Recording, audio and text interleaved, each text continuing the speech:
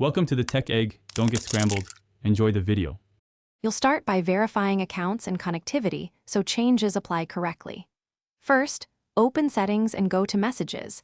Make sure your Apple ID shows at the top and your phone number appears in Settings Phone. Once done, tap Send and Receive under Messages to reveal active addresses. Make sure Wi-Fi or cellular is stable so the device can register changes with Apple's servers. This prevents delays. If you need to switch to FaceTime, follow the same path in Settings, FaceTime, to find Send and Receive. Now focus on choosing which addresses send and receive messages. Under Send and Receive, check the boxes for the phone numbers and emails you want to receive iMessages at, uncheck any you don't.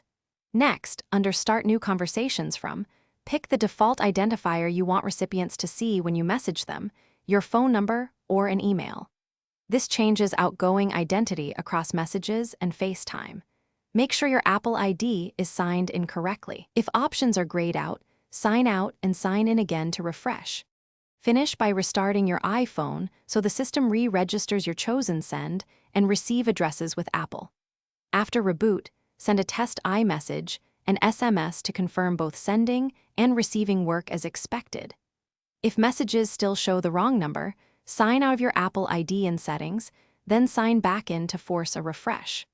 Also confirm your carrier has your number activated and install any pending iOS updates. These steps resolve most registration and routing errors quickly.